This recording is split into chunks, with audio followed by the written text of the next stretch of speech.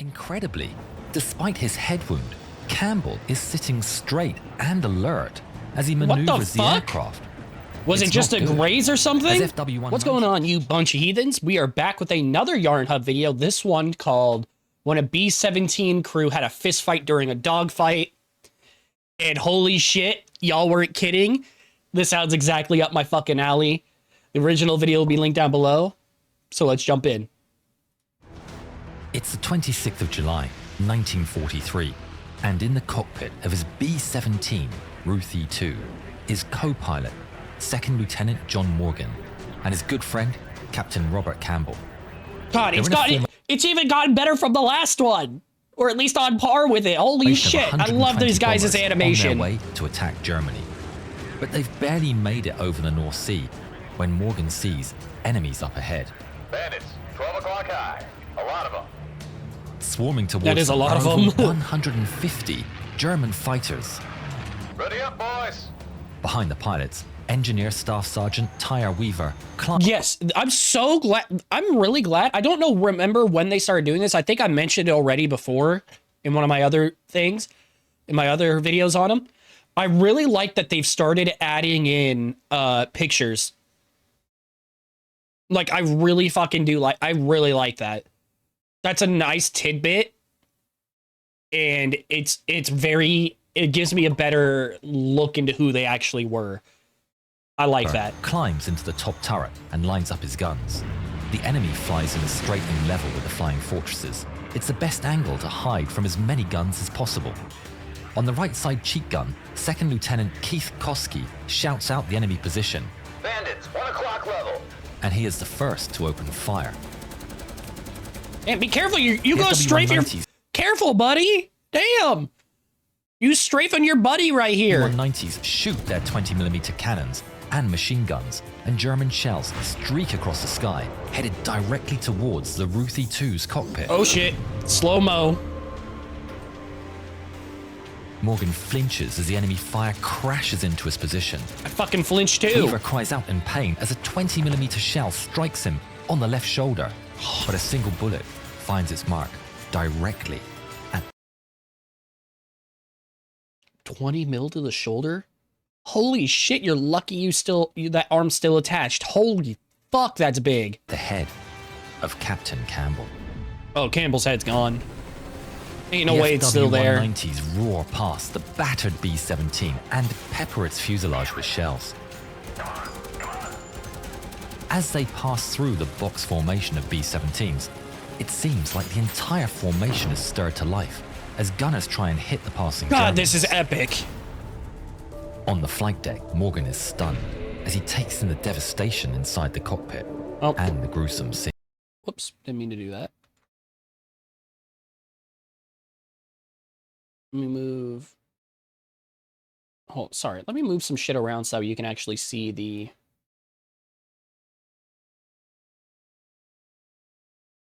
There. Let's go back now. Should fix it. Morgan is stunned as he takes in the devastation inside the cockpit and the gruesome scene. That would be fucking gruesome. He sees a terrible sight of his captain, who is slumped in the seat next to him with a wound to the head. His head's still attached? Morgan is on his own. I'm more surprised about that. It's now his responsibility to get the crew home. The captain said, Don't worry, Morgan. I got this. I got faith in you. He grips the controls and brings his fortress into formation.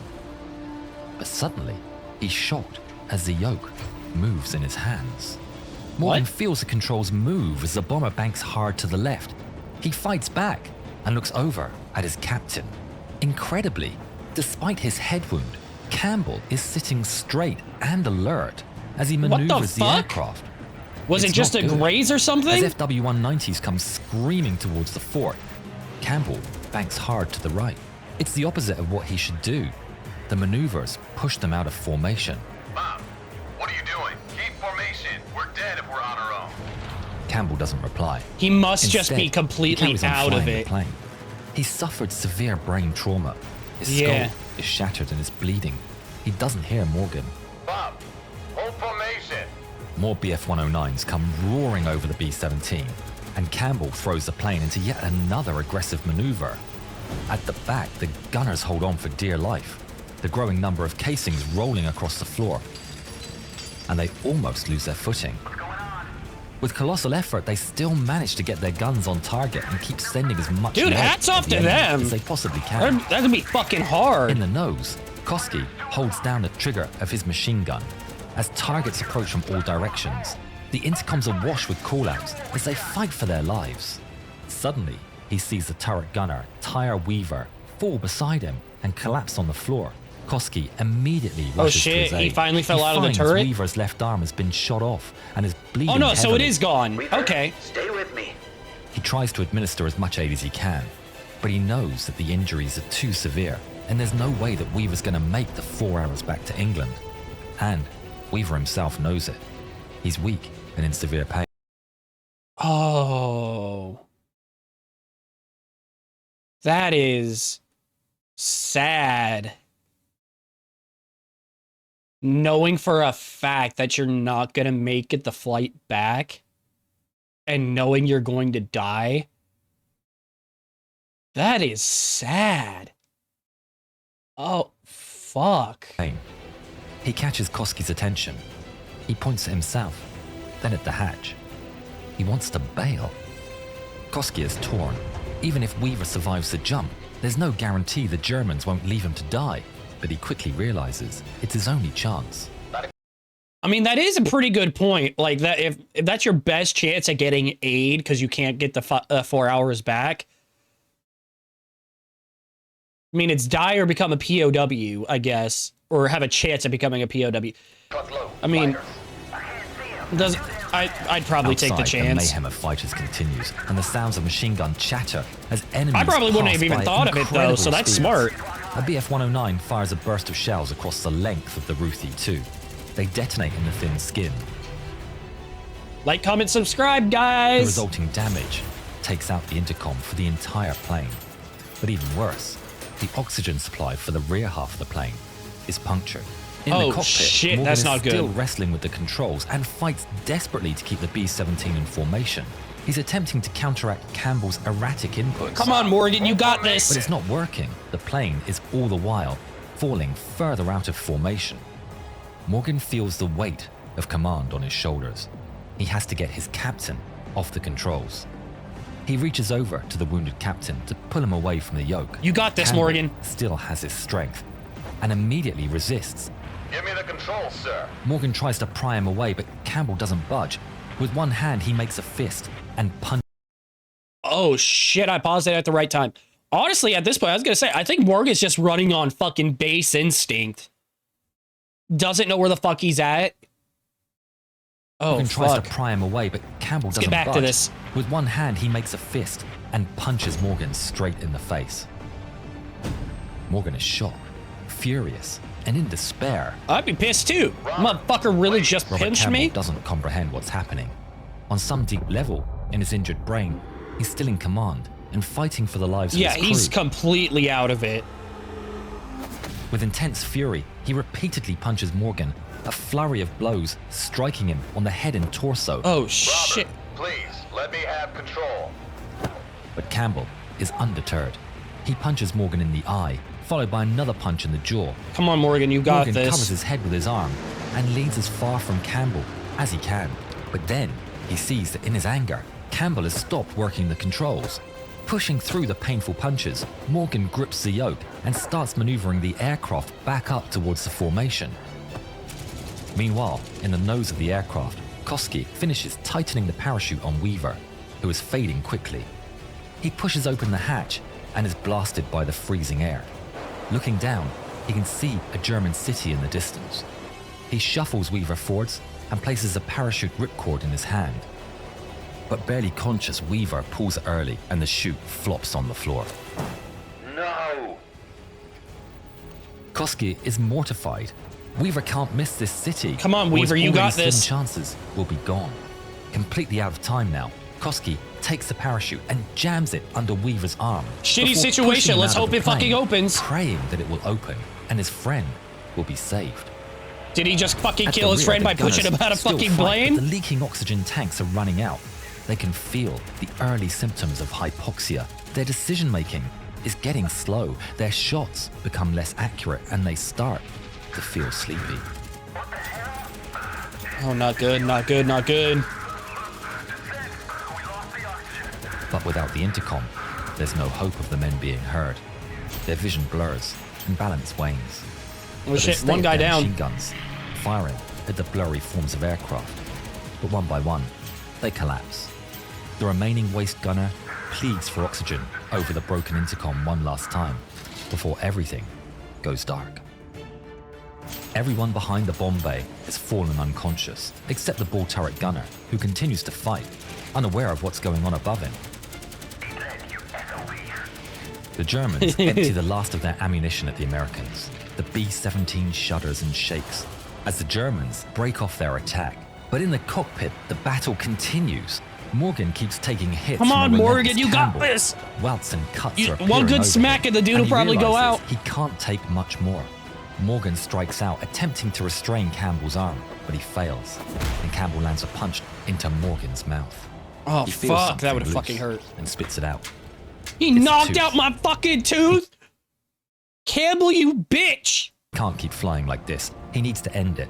Redoubling his efforts, he reaches for Campbell and grabs onto his oxygen mask and is ready to rip it off, but he doesn't. Morgan holds onto it, weighing his options. If he rips it off, the fight will end, and he can save all the others, but his friend could die. But the decision is taken from him as Campbell shoves Morgan's arm off his face and continues his relentless assault. As the pilot and co-pilot fight over the controls, the B-17 wobbles and drifts off course. No, no, no, no, no, no, And no. exhaustion weaken Campbell, and Morgan finally manages to pin him down. He breathes heavily as Campbell still Holy struggles shit, under his Morgan, you grasp. badass! He might be able to get everyone home after all. Look at that bitch alike. But just then, as he gets the B-17 straight and level and back into formation, Oh he sees no, black cotton AA. puffs erupt in the skies ahead. It's flak. The bombing run is still going ahead. Explosions rock the formation. Shrapnel rips at the fortresses as they get You also just don't, but you also don't have you don't have anyone in the back to work your bombs though. closer to Oh their target. no! Morgan feels the Ruthie 2 get buffeted by the waves of shrapnel slamming into the fuselage. All the while, Campbell's still struggling, but Morgan keeps him pinned. Just as he thinks it can't get any worse, he sees in the distance more German aircraft approaching. Oh, for fuck's sake, can't get a fucking break? He reports it over the intercom, but has no idea the intercom is out. Bandits, 8 o'clock high. He watches in horror as the enemy fighters brave their own flak and come screaming in from his left. Their guns light up. Morgan feels even more impact strike his fort. They punch through the wings and pierce one of the fuel tanks, causing it to leak right next to the hot engines. Oh, not good, not The good. drop target's coming up, but without intercoms, there's no way to signal the bombardier. But the bombardier is ready. I think the intercom is out, but I'm dropping those bombs. Oh, good, so He's already checking he's still the bomb good. site. He doesn't have control of the plane as he normally would, but he's watching the puffs of smoke through thousands of feet below and releases his bombs as best he can. Good enough. Morgan feels the B-17 rise as the bombs are released. Unbelievably, despite all the events, they've achieved Yeah, the fucking mission good enough, I'll objective, take it. And the B-17's turn for home. He's amazed it's still flying, but the Ruthie 2 is still answering his controls. That's The fucking German good. aircraft chase and harass them, shooting at the fortresses from the rear. Without rear gunners, the Ruthie 2 is blasted without any return fire. Oh, fuck. Where is everyone? What about the ball Morgan gunner? thinks his crew has bailed and considers following them down, but he can't leave Campbell or whoever might still be on board behind. The Germans turn away, once again, out of ammunition. The remaining gunners in the ball turret and the nose remain on high alert. Oh, no, for so they were another still hour, up. Until, finally, the beautiful sight of the English Channel comes into view. We're gonna make it. The battle over, Koski takes a moment to breathe and calm himself before he decides to go check on the pilots. He's not ready for what he sees. The flight deck is a nightmarish scene of blood and destruction. Morgan locks eyes with Koski and is immensely relieved to see someone else. Morgan quickly explains what happened and Koski is incredulous. To land the plane, Morgan needs to get into the pilot's seat. Help me get Campbell off his seat. They begin to remove Campbell. Come on, you guys He got resists, this. But is too weak to push them off. Working I'm carefully, surprised he's it fucking takes the survived crew this long. half an hour to move him off the seat. Damn, Morgan's that fucking now in a long? race for time if he's going to save his friend. He gets as low as he can and aims to head for the closest friendly airbase. By pushing the plane lower early to save Campbell, the air becomes breathable for the crew. Oh, do they all wake without up? having to use masks. And so, unbeknownst to Morgan, in the back of the plane, a miracle takes place. Despite spending nearly 2 hours without oxygen, all 4 of the affected men in the rear stir awake. Shit. Apart from some frostbite, the men are unharmed. That's fucking Some lucky. 3 hours after the start of the nightmare mission, Morgan brings Ruthie 2 to land safely back in England. He How the fuck saved the did you lives manage of that? Everyone on board, except one. Tragically, the pilot, Robert Campbell, succumbed to his injuries just 1 hour after landing. Oh, that sucks. Incredibly, Weaver also yeah, managed Weaver! to survive.